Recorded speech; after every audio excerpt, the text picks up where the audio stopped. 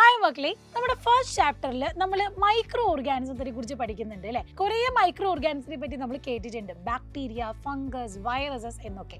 പക്ഷേ വൈറസ് എന്ന് പറയുന്ന ആൾ അത്ര ചില്ലറക്കാരനല്ല, ആൻഡ് മറ്റുള്ള ലിവിങ് ഓർഗാനിസത്തിനെ പോലെയല്ല, ഇവർ കുറച്ച് സ്പെഷ്യലാണ്.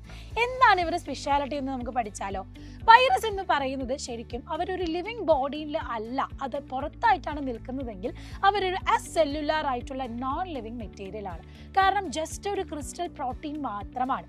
ഈ വൈറസ് എന്ന് പറയുന്നത് ഒരു ഹോസ്റ്റ് ബോഡിയിൽ, അതായത് ഒരു ലിവിങ് ബോഡിയിൽ, നമ്മുടെ ബോഡി ആയിക്കോട്ടെ അല്ലെങ്കിൽ ഒരു ആനിമൽ പ്ലാന്റ് ബോഡിയിൽ ആയിക്കോട്ടെ, ഒരു ലിവിങ് സെല്ലിൻ്റെ ഉള്ളിൽ കയറിയാൽ മാത്രമേ ഈ വൈറസ് ലിവിങ് ആയിട്ട് മാറുള്ളൂ.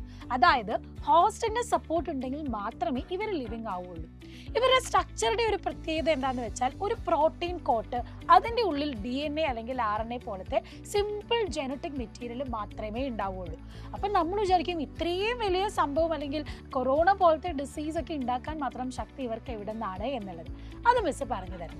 ഈ വൈറസ് എന്ന് പറയുന്നത് പ്രത്യേകമായിട്ടുള്ള കാര്യം എന്താണെന്ന് വെച്ചാൽ, ഇവർ സെല്ലുലാർ ആയിട്ട് നോൺ ലിവിങ് ആയിട്ടാണ് പുറത്ത് നിൽക്കുന്നതെങ്കിലും നമ്മുടെ ലിവിങ് ബോഡിയിൽ കയറിയാൽ ഇവർ നേരെ നമ്മുടെ ഇമ്മ്യൂൺ സിസ്റ്റത്തെയാണ് അറ്റാക്ക് ചെയ്യുന്നത്.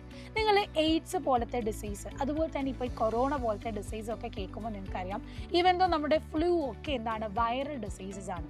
ഇവർ നമ്മുടെ ബോഡിയിലെ ഹോസ്റ്റ് സെല്ലിൽ കയറി കഴിഞ്ഞാൽ ആ ഹോസ്റ്റ് സെല്ലിൻ്റെ മെക്കാനിസം അല്ലെങ്കിൽ ഹോസ്റ്റ് സെല്ലിൻ്റെ DNA കൂടെ അറ്റാക്ക് ചെയ്ത് അതിൻ്റെ മെഷീനറിയിലാണ് ഇവർ വർക്ക് ചെയ്യുക.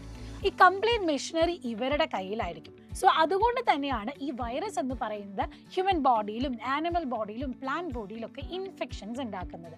അപ്പോൾ ഏതൊക്കെ വൈറൽ ഡിസീസ് നിങ്ങൾക്കറിയാം? ഇപ്പം മിസ് കുറച്ച് എക്സാമ്പിൾസ് പറഞ്ഞു. ഇത് കൂടാതെ നിങ്ങൾക്കറിയാവുന്ന വൈറൽ ഡിസീസ് ഏതൊക്കെയാണെന്നൊന്ന് കമൻറ്റ് ബോക്സിൽ കമൻറ്റ് ചെയ്യാം. സോ വൈറസിൻ്റെ പ്രത്യേകതകൾ ഓർത്ത് വെക്കുക. ഇനി ഒരു ലിവിങ് ബോഡിയിൽ മാത്രമേ ഇത് ലിവിങ് ആയിരിക്കുള്ളൂ, അല്ലാത്ത ടൈം ഇത് നോൺ ലിവിങ് ആണ് ആൻഡ് സെല്ലുലാർ ആയിട്ടുള്ള ഒരു സ്ട്രക്ചറാണ്. അതുകൊണ്ട് തന്നെ മറ്റ് ലിവിങ് ഓർഗാനിസത്തിൻ്റെ കൂട്ടത്തിൽ നമുക്ക് ഇവരെ പെടുത്താനും പറ്റത്തില്ല. So give some examples for viral diseases too.